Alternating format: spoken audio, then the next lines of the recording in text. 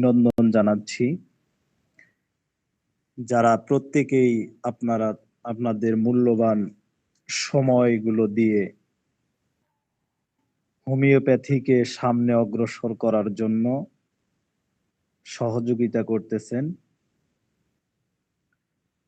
তো আমি সকলকেই ধন্যবাদ এবং অভিনন্দন জানিয়ে আমার স্বল্প জ্ঞানের ঝুলি থেকে কিছু জ্ঞান আপনাদের সম্মুখে শেয়ার করব ইনশাআল্লাহ। আমি বরাবরের মতো আজকেও বলি যে আমি অতটা পারদর্শী নই, ভুল হতে পারে।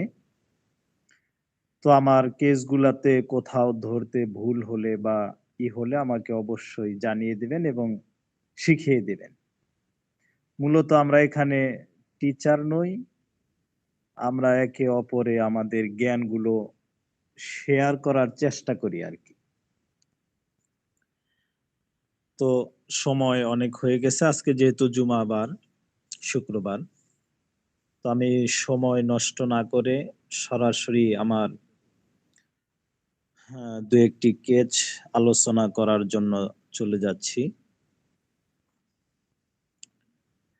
তো শুরুতে আমি একটা 30 বছরের মহিলার একটি কেস বলবো। আর সেটা ছিল তার মাজার ব্যথা। শোনা যাচ্ছে কি আমাকে? হ্যাঁ স্যার, শোনা যাচ্ছে।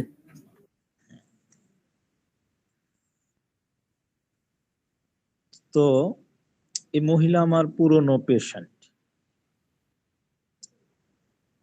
তার পরিবারের সকলে আমার কাছ থেকে ট্রিটমেন্ট গ্রহণ করে। এই ভদ্র মহিলার স্বামী বিদেশ থাকে 5-6 বছর হলো। তো ওনার মাজায় ব্যথার জন্য আমার কাছে ওষুধের জন্য এসেছে। তো আসার পর আমি তাকে জিজ্ঞাসা করলাম কি সমস্যা বলো। তখন বলছে যে মাজায় ব্যথা, আমি তো দাঁড়িয়েই থাকতে পারি না, 10 মিনিট দাঁড়িয়ে থাকলে তো আর দাঁড়িয়েই থাকতে পারি না, যে অবস্থা, মাজায় অনেক ব্যথা। তো আমি বললাম কতদিন ধরে? এখন এখানে এই মহিলাটার ফ্যামিলিতে তার শাশুড়ি আছে, 2টা সন্তান আছে, আর তার স্বামী তো বাহিরেই থাকে। তো সে আঙ্গিকে যেভাবে রোগী কথা বলেছিল আমি সেভাবেই উপস্থাপন করছি। তো রোগীটা আমার পূর্ব পরিচিত, পুরনো রোগী, এবং কোনো কিছু হলে আমার কাছ থেকে ট্রিটমেন্ট নেয়। তো সে বলতেছে যে বলবো কেন, কয়দিন যাবত। তো আমি বললাম যে না বললে আমি কি করে বুঝবো। পরে বলতেছে আপনি তো খোঁজ নিলেন না, আপনি এরকম মানুষ যে কি না হয় একটু তো আমার ফোন দিতে পারতেন। তো আমি বললাম ও আচ্ছা, আগে সমস্যাটা বলেন, তারপর ওষুধ দিয়ে আগে ভালো হন। এখন বলতেছে যে থাক গে, আর ওষুধ খায় কি হবো, দরকার নেই। আমার ইয়ে তো বাহিরে থাকে, আপনার কাছ থেকে একটু ভালো কিছু আশা করি, একটু কথা বলতে চাই, তাই আপনি যে অবস্থা করেন একটু খোঁজ খবরও নেন না আমার। থাক গে, ব্যথার ওষুধ খাওয়ার দরকার নেই। তো আমি বললাম যে আচ্ছা যাই হোক, বলেন আগে সমস্যাটা বলেন, আগে ওষুধ দিয়ে নেই আপনাকে। এখন বলতেছে যে বললামই তো মাজায় ব্যথা, দাঁড়িয়ে থাকতে পারি না। আমি বললাম যে আচ্ছা, এর জন্য কি কোনো অসুবিধা হচ্ছে? এখন বলতেছে যে অসুবিধা তো কি, দাঁড়িয়ে থাকতে পারি না, 10 মিনিটে যে ব্যাংকে গিয়েছিলাম সেখান একটু দাঁড়িয়ে আছিলাম, এই যে এখন অনেক ব্যথা করতেছে। তো আমি বললাম আচ্ছা। আবার সে তার ইমোশনের দিকে চলে যাচ্ছে,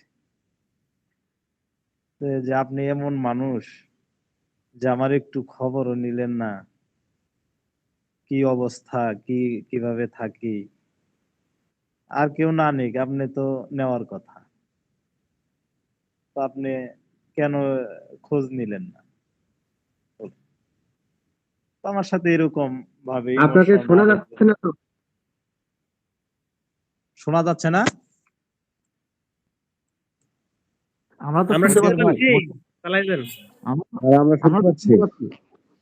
জি জি জি। তো এইভাবে আমি শুধু এখানে তার কথা বলার ধরন, সে কিভাবে বলতেছে, আমি শুধু এটাই খুব মনোযোগ দিয়ে ভাবছি, খুব মনোযোগ দিয়ে এটাই ভাবতেছি যে কিভাবে সে কথাগুলো বলতেছে আমাকে। তো সে তার ভিতরে যে বিষয়গুলো আমি মানে অনুভব করার চেষ্টা করলাম, তো সেইভাবে আমি কথাটা বলার চেষ্টা করতেছি আর কি। আসলে অনেক সময় যে বিষয়গুলো আমাদের খেয়াল করা উচিত, যে রোগীর অভিব্যক্তির বিষয়টা, যে সে, আমি হলাম ডাক্তার, মানে তার যে ব্যথা, এই ব্যথার কথা না বলে সে কি চাচ্ছে আমার কাছে, তার অনুভূতিটা দিয়ে সে কি প্রকাশ করছে, আমি এটা ভাবার চেষ্টা করলাম। তো তাহলে আমরা মূল বিষয়টায় চলে যাই। রোগী আসলো, সে ব্যথার কথা বলল, আমি তাকে ব্যথার ডিউরেশনটা জিজ্ঞাসা করলাম, কবে থেকে কিভাবে। দেখেন সে এখানে কিভাবে কথাটা বলতেছে, যে বলবো কেন, বলার কি দরকার, আপনি তো খোঁজও নেন না। আসলে আমার মানে একটু হয়ে গেছে যে আসলে আমার তো কেউ খোঁজ নেওয়ারই নেই। তো ওদের মানে পিচ্চির বাবারা তো বাহিরেই থাকে, বাবাই তো বাহিরেই থাকে। তো মানে এরকম ভাবে কথা বলতেছে যে আপনি তো একটু খোঁজও নেন না আমার, যে আমার কি অবস্থা হলো, এখন ব্যথার কথা বলে কি হবে, এখন তো সামনে আসছি। মানে এরকম ভাবে তার এটা অভিব্যক্তিটা প্রকাশ করতেছে, এখানে ব্যথার বিষয়টা সে অতটা বলতেছে না। তো আসলে আমি এইটুকের মধ্যেই কেস টেকিং করেছিলাম, যদিও ভাষ্যগুলা আনক্লিয়ার, কিন্তু এর মধ্যে থেকে কি ভাবা যায়, মানে আপনারা সকলে একটু রুগীর ভেতরে প্রবেশ করুন, যে ওই জায়গায় আমি হইলে কেন এই কথাগুলা এইভাবে বলবো, মানে কি চাচ্ছে, এখানে আমরা কি ভাবতে পারি। এখানে বাবা যে sympathy from others, desire for, quarrelsome anger without.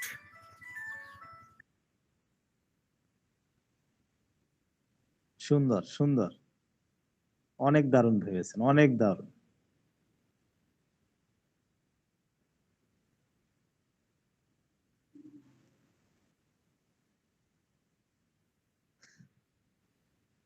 যে এখানে আরো কি রুব্রিক্স ভাবা যায়, যে কোন স্যার বললেন, খোকন স্যার? জি জি স্যার। জি জি জি, সুন্দর ভেবেছেন আপনি, অনেক ধন্যবাদ। তো আরো কি আমরা ভাবতে পারি এখানে? স্যার আপনার কাছে কি ভালোবাসা চাইছে না? হ্যাঁ, এখানে সেটাই তো আমি স্যার বলতে বলছি, যে এখানে কি রুব্রিক্স আমরা ভাবতে পারি। আমরা রুব্রিক্স এর দিকে যাই, যেখানে আমরা কি কি ধরতে পারি।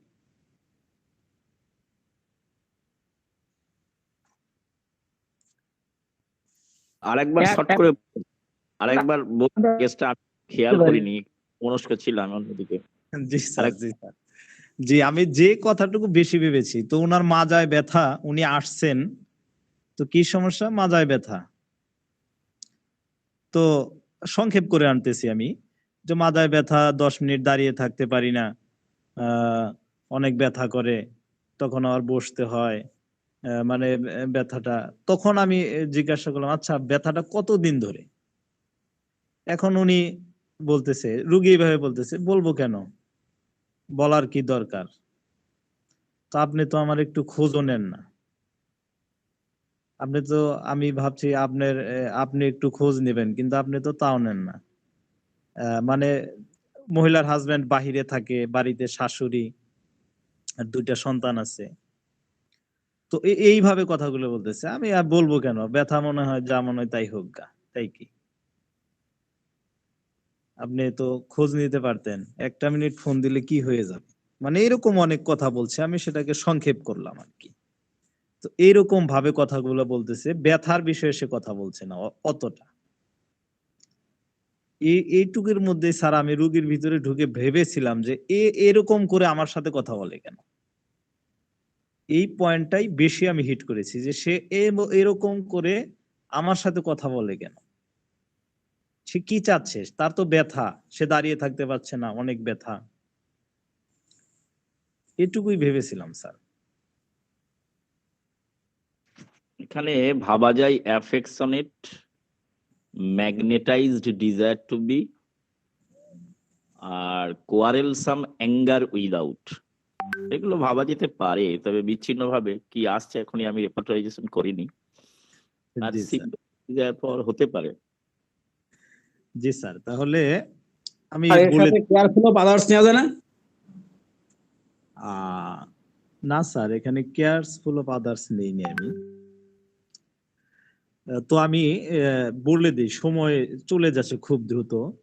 তো এইটুকু কথার ভিতরে আমি রুগীর ভিতরে যে এটা দেখেছিলাম বা ভেবেছিলাম। হ্যালো। হ্যাঁ হ্যাঁ স্যার। হ্যাঁ, মানিক ভাই, এখানে অ্যাফেকশন অ্যাবজর্ব এই জিনিসটা কি ভাবা যায়? দেখেন তো একটু। আপনি এখন কি নিয়েছেন? আমি তো এটাই চিন্তা করতেছি। আচ্ছা, এখানে নিয়েছিলাম এখানে আমি ভেবেছিলাম কি স্যার, যে carried, desire to be caressed, fondled and ভাবা যায় কিনা। ধন্যবাদ স্যার, ধন্যবাদ স্যার। আরে আমাদেরকে বলতে দিন, তারপর মেডিসিন বলবেন। আচ্ছা স্যার, আচ্ছা স্যার। মানে আমি শুধু খেয়াল করতেছি সময়ের দিকে, মানে এই জন্য বললাম আর কি, যে আবার তো স্যার অপেক্ষা করতেছেন। জি, খেয়াল পেশ করুন বা রুব্রিক্স বলেন, এটাই তো আমাদের লেখাপড়া, এটাই আমাদের কাজ। রুগীকে ভাবাই হলো আমাদের কাজ। আমরা ভাবি যে রুগী এভাবে কেন কথা ব্রেনটা বলছে। খাটানোই আমাদের কাজ। জি স্যার, জি।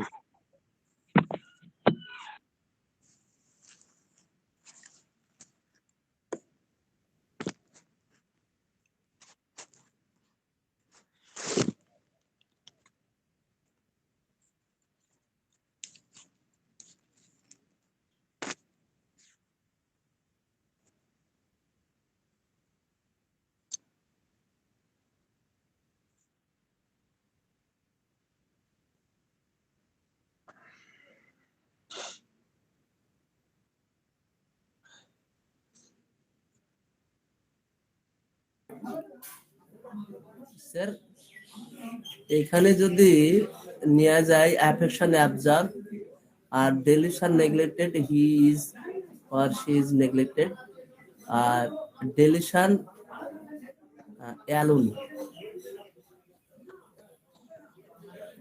যে পালসিট না।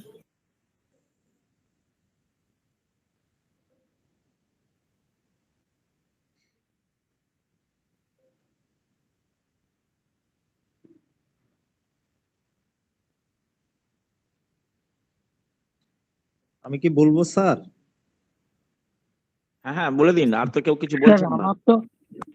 আমার তো ফসফরাস মনে হচ্ছে।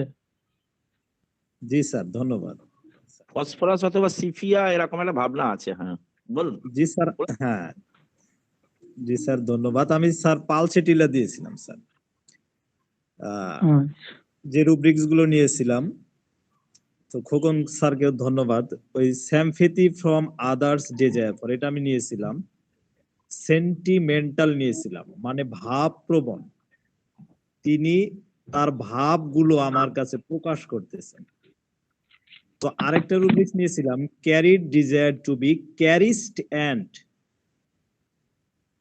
যেটা আমরা বাচ্চাদের ক্ষেত্রেও ধরে থাকি রুব্রিক্সটা অনেক সময়, বেশিরভাগ।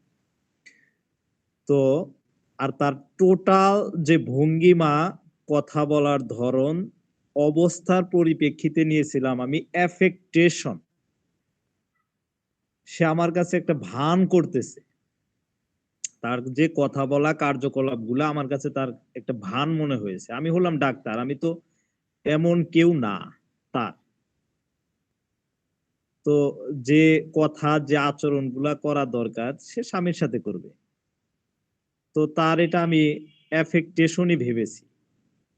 তো আমি affectation, carried desire to be carry stand, sentimental, sympathy from others, desire for, এই 4টি রুব্রিক্স এর উপর ভিত্তি করে আমি পালসেটিলা 6 দেই তাকে, 2টো ডোজ। তো গতকালকে ফোন দিয়েছিল রুগী যে রাত্রে তো মনে হলো যে আমার ব্যথা নাই বললেই চলে, তো এখন একটু একটু বোঝা যাচ্ছে। তো আমি বললাম যে আচ্ছা, যে ওষুধগুলো দেওয়া আছে ওগুলা খেতে থাকেন, ইনশাল্লাহ ঠিক হয়ে যাবে। তো এই ছিল এই রুগীটার কেস। আমি কি নেক্সট আরেকটা কেস বলতে পারি? একটু স্যার বলছি, ঠিক আছে, কিন্তু অ্যাফেক্টেশন ব্যাপারটা তো আলাদা। অ্যাফেক্টেশন তো এইরকম না, মানে ব্যাপারটা হয়েছে, অ্যাফেক্টেশন হচ্ছে তার অরিজিনালি যে শর্টকামিংস আছে সেগুলোকে লুকিয়ে সে নিজেকে জাহির করবে, বা সেগুলো সে লুকিয়ে রাখার জন্য একটা কৌশল অবলম্বন করবে। জি তো স্যার। এটা এটা অ্যাফেক্টেশন মনে হয় আপনার বাকি রুব্রিক গুলোতেই পালসিলা চলে আসতো।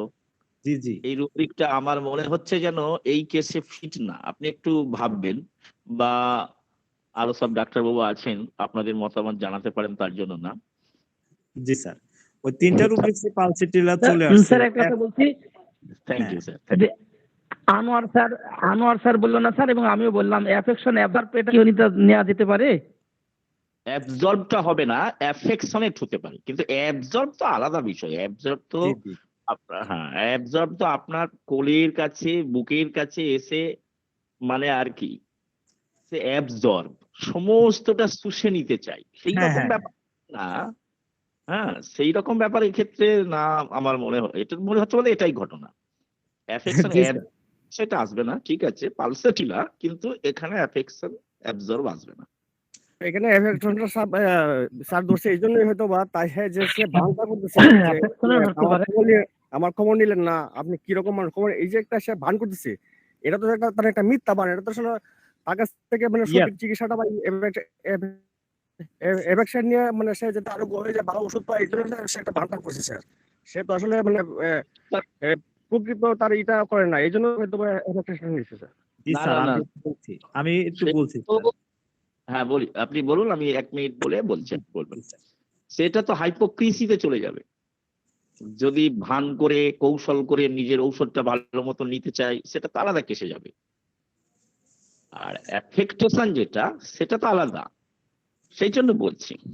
ঠিক আছে, থ্যাংক ইউ। হ্যাঁ বলুন স্যার, চাকদার জি স্যার স্যার, বলুন। জি স্যার। আমি অ্যাফেক্টেশনটা যে জন্য নিয়েছিলাম, যে এই রুব্রিক্সটা একান্ত অবজারভেশনের উপরে নিয়েছি sir.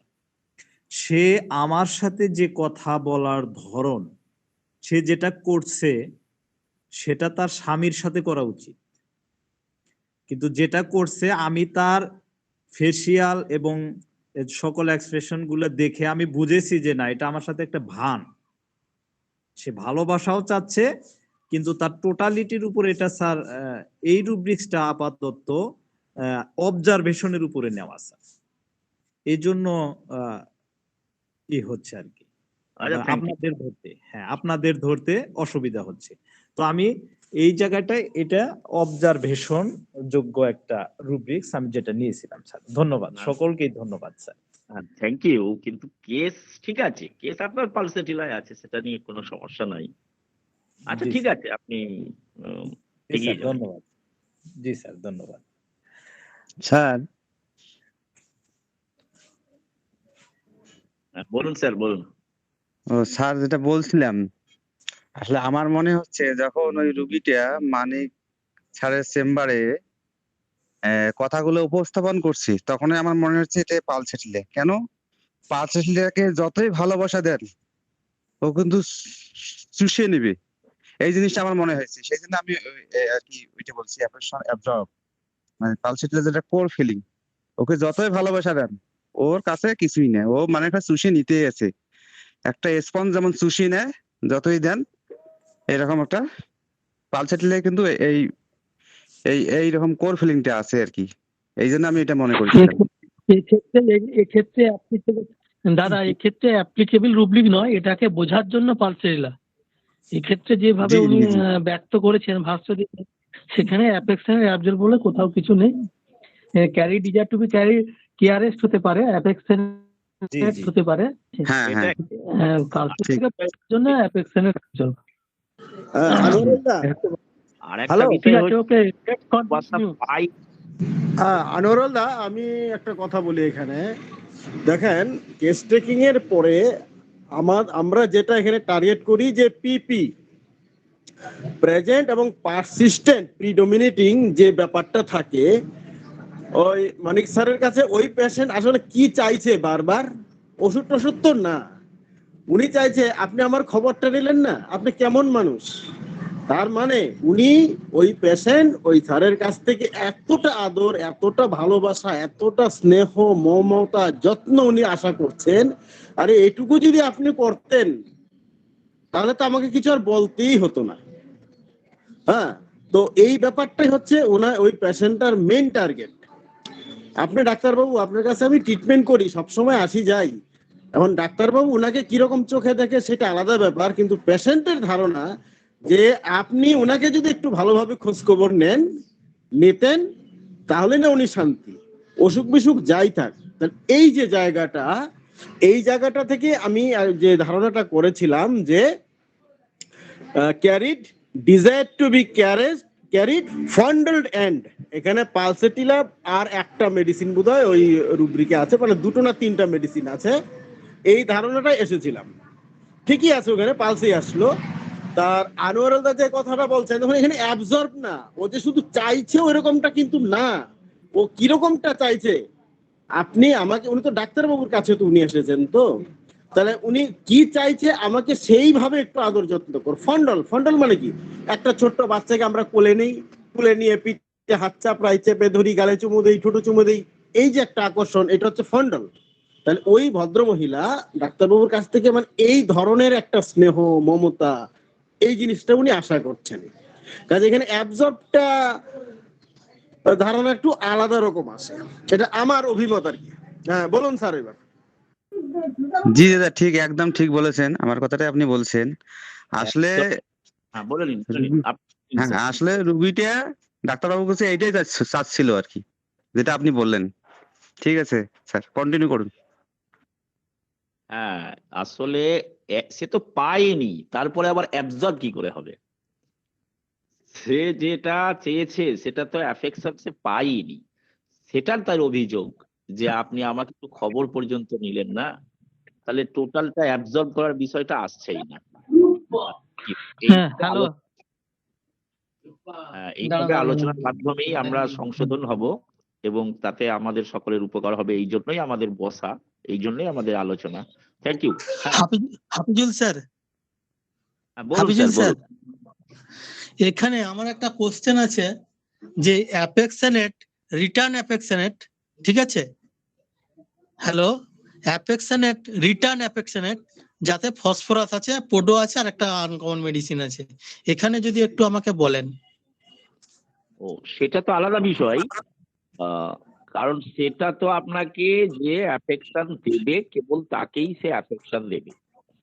Affection return, অ্যাফেকশনের return affection, এখানে ধরুন, হ্যাঁ অ্যাফেকশন, এখানে ধরুন দুটো বাচ্চা একসাথে খেলাধুলা করে, বা বাড়িতে মা আছে, স্কুলে যাওয়ার সময় বাচ্চাটা মাকে চুম্বন দেয়, মা বাচ্চাগুলোকে আদর করে চুম্বন দেয়, এটা একটা ব্যাপার যে অ্যাফেকশন, অ্যাফেকশনের রিটার্ন অ্যাফেকশন। কিন্তু এখানে সে কেসটা নাই। এখানে তো আচ্ছা সে বলেনি যে আপনি আমার খোঁজ খবর নেবেন তবে তো আমি আপনার খোঁজ খবর নেব, আপনি আমাকে ভালো চোখে দেখবেন, আদর করবেন, আমি তবে তো আদর করব, এই বিষয়টা না, এটা আলাদা অবশ্যই। আচ্ছা, ঠিক আছে ঠিক আছে কন্টিনিউ করুন। ঠিক Go ahead.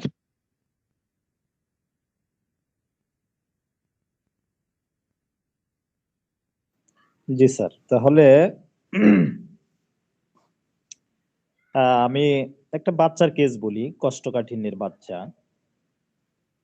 বাচ্চাটার বয়স 3 বছরের কাছাকাছি। বাচ্চাটার কোষ্ঠকাঠিন্য মানে পায়খানা অনেক কষা। তো বাচ্চাটার কমপ্লেইন গুলো আগে শুনলাম যে যখন টয়লেটের ব্যাগ আসে তখন এই বাচ্চাটা কেমন করে, কি চায়, কি বলে, তার আচরণটা আমি শুনতে চাইলাম বাচ্চার মার কাছে। দেখেন, তাহলে আমি কোন বিষয়টা জানতে চাইলাম, সেটা হলো যে পায়খানার ব্যাগ যখন আসে তখন এই বাচ্চাটার মধ্যে কি কি আচরণগত পার্থক্য বা কি কি আচরণ তার মধ্যে ভেসে ওঠে, সেই বিষয়টা জানতে চাইলাম। তো বাচ্চার মা বলছে যখন টয়লেটের ব্যাগ আসে তখন বাচ্চাটা একবার বসে আরেকবার উঠে, একবার বসে আরেকবার উঠে, আবার দৌড়াদৌড়ি করে, উঠান সহ দৌড় দেয়, এদিকে দৌড় দেয় ওদিকে দৌড় দেয়, আবার বসে, আবার ওর মাকে ডাকে, মা মা আসো, ধরো, এইরকম করতে থাকে। মা মা আসো, ধরো, আমাকে ধরো। আর একবার বসে আবার উঠে আবার দৌড়াদৌড়ি শুরু করে দেয়। তো পায়খানার ব্যাগ যখন অত্যাধিক বেশি হয়ে যায় তখন বসে, পায়খানা করতে বসে থাকে, তো আবার উঠে যায়, আবার দৌড় দেয়, আবার বসে, কিন্তু পায়খানা করে না। এরকম করতে করতে তারপর পায়খানাটা যখন বের হয় তখন প্রথমে একটু শক্ত পায়খানা বের হয়, পরে আবার স্বাভাবিক পায়খানা হয়। তো এই যে বাচ্চাটা, আমরা এখন তার ভিতরে প্রবেশ করি। পায়খানার ব্যাগ যখন আসে তখন সে পায়খানায় বসে, টয়লেট করতে বসে, কিন্তু পায়খানা করে না, উঠে যায়, আবার দৌড়াদৌড়ি শুরু করে দেয়, দৌড়াদৌড়ি করে আবার বসে, আবার মাকে ডাকে, মা আসো আসো, মা ধরো, পায়খানা করে না। তো আবার যখন বেশি ব্যাগ আসে তখন পায়খানা করে, প্রথমে শক্ত পায়খানা বের হয় একটু, তারপরে আবার নরম পায়খানা বের হয়, তারপরে স্বাভাবিকভাবে পায়খানা করে। তো এই বাচ্চাটার ক্ষেত্রে আমরা কি ভাবতে পারি, এখানে কি কি রুব্রিক্স আমরা নিতে পারি? যদিও বাচ্চাটা কিওর হয়েছে, আমি মাত্র 3টি রুব্রিক্স নিয়েছিলাম, কিন্তু এখানে আরো রুব্রিক্স ভাবা যায়, বা কি কি রুব্রিক্স আমরা ভাবতে পারি, আমরা একটু আলোচনা করি যে এখানে এই রুব্রিক্স গুলা ধরা যায়। স্যার এখানে একটা রুব্রিক নেওয়া যায়, পেয়ার পেইন্ট অফ পেইন্ট, একটা রুব্রিক নেওয়া যায়। টেস্ট নেওয়া যায় কিনা? জি স্যার।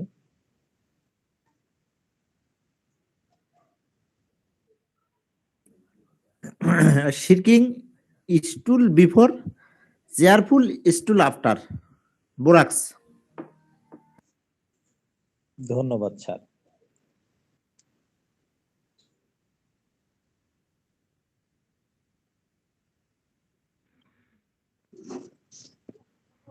আরেকবার ছোট্ট করে বলবেন আরেকবার।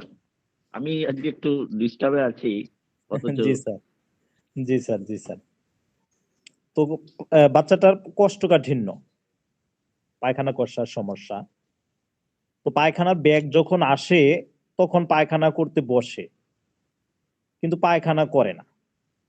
সে উঠে যায়, দৌড়াদৌড়ি করে উঠোন দিয়ে দৌড়াদৌড়ি করে, আবার পায়খানা করতে বসে, আবার উঠে যায় দৌড়াদৌড়ি করে, আবার বসে ওর মাকে ডাকে, মা আসো, মা ধরো, আমাকে ধরো।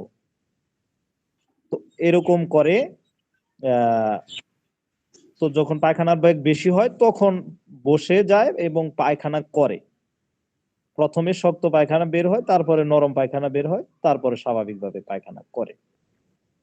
কিন্তু প্রতিনিয়তই এই সমস্যাটা সে ফেস করে, এই বাচ্চাটা।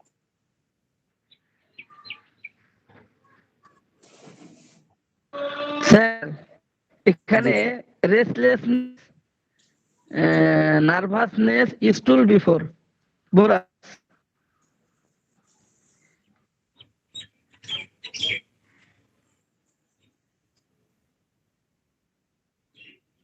আবার স্যার একটা বলা যেতে পারে ইরিটেবিলিটি, স্টুল, অ্যাগ্রাভেশন বিফোর। দুটো মিলে আমি বোরাক্স ভাবছি স্যার।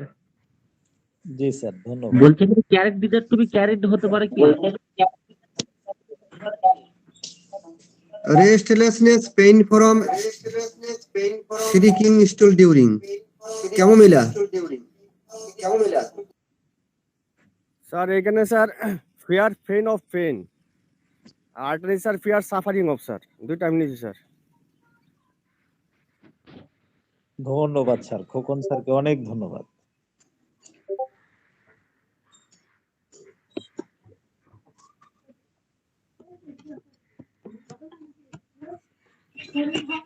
বাবর স্যার কিছু বলবেন? Carried desire to be carried ধরা যাবে কিনা? আর রেস্টলেসনেস একটা আছে, থাকবে রেস্টলেসনেস টুল ডিউরিং।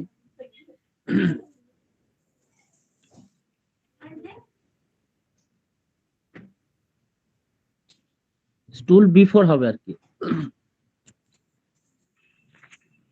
আমার তো বোরাক্স মনে হচ্ছে।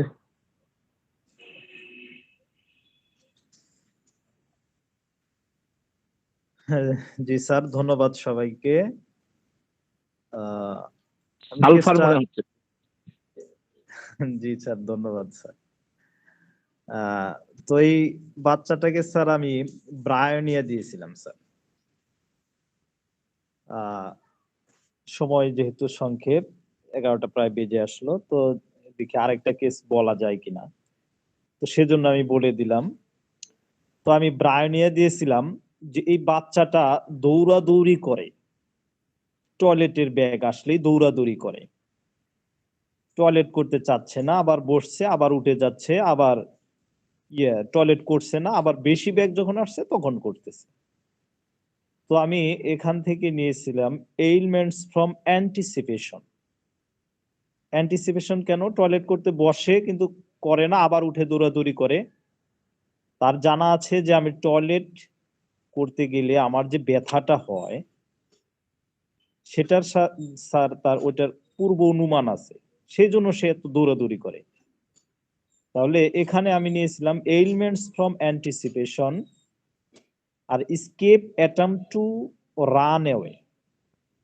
সে এই যন্ত্রণা থেকে দৌড়ে পালাতে চায়, যার কারণে আমি নিয়েছিলাম escape attempt to run away. আর খোকন স্যার যেটা বলেছেন ফিয়ার সাফারিং অফ। তো এটি 3টি রুব্রিক্সের উপর ভিত্তি করে আমি ব্রায়োনিয়া দিয়েছিলাম। আলহামদুলিল্লাহ চমৎকার কাজ করেছে আর কি ব্রায়োনিয়াতে। তো এখানে আরো কিছু ভাবা যেত বা নেওয়া যায় রুব্রিক্স গুলা। তো এই ব্যাপারে কি কেউ কিছু বলবেন নাকি আমি নেক্সট কেস বলবো আর কি?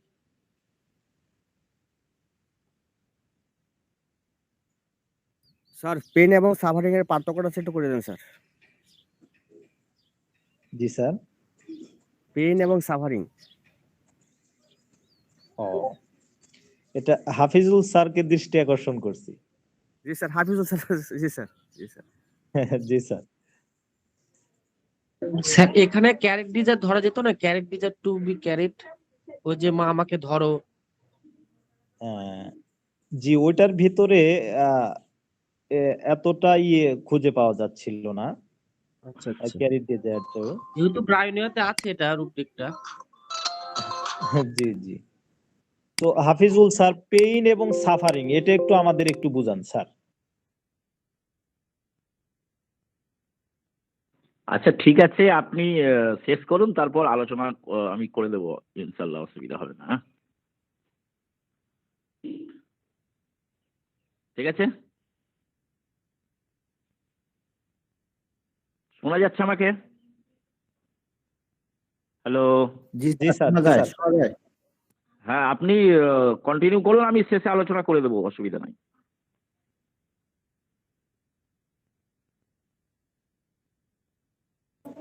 মানিক ভাই পরের কেসটা আপনি কন্টিনিউ করুন, কারণ আমি যেটা বুঝতেছি স্যার একটু আছে আর কি, সমস্যার মধ্যে আছে স্যার। ওর পরবর্তী স্যারের আলোচনার শেষের দিকে এটা প্রশ্নটা যে করছেন একটু মনে রাখেন, স্যারকে করলে প্রশ্নটার উত্তর পেয়ে যাবেন।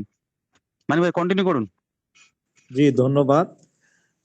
তো আরেকটা কেস মনে হয় বলার হচ্ছে না, আমি একটু ব্যস্ততায় পড়ে যাচ্ছি। তো আমি মতিয়ার ভাই আছেন তো, মতিয়ার স্যার? হ্যাঁ আছি আছি।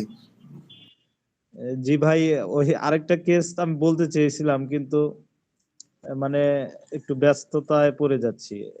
আমি একটু করতে যাচ্ছি, মিউট হতে যাচ্ছি আর কি। তাহলে ধন্যবাদ। আচ্ছা ঠিক আছে, হ্যাঁ, পরবর্তী এটা আপনার শুনতে কোনো অপশন আছে না, জি জি জি, এটাও মানে ব্যস্ততা অত্যন্ত থাকে। সুন্দর একটা কেস ছিল। এটা এক মহিলার কেস আরেকটা। তো আশা করি আবার সুযোগ হলে ওটা আমি বলে দিব ইনশাআল্লাহ তাআলা, এটা আমার নোট করা আছে।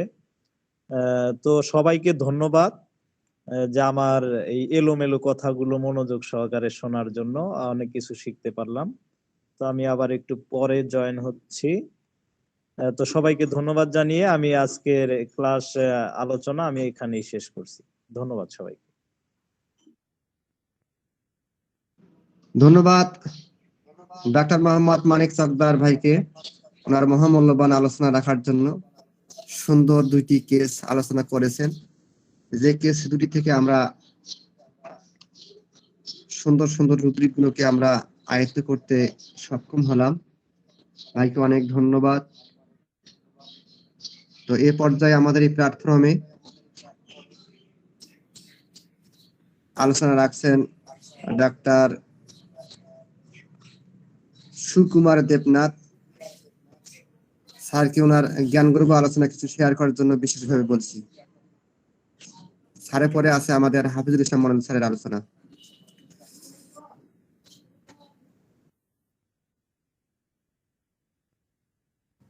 সুকুমার স্যার আপনি আছেন?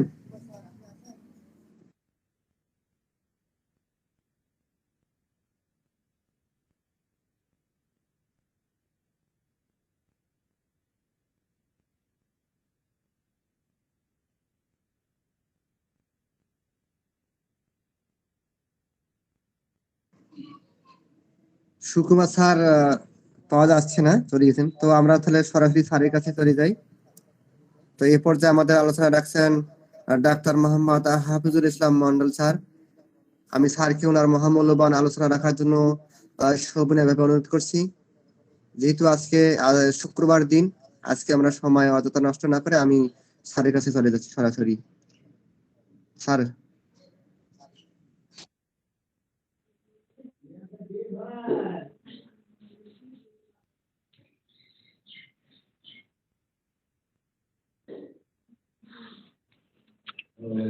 Thank you.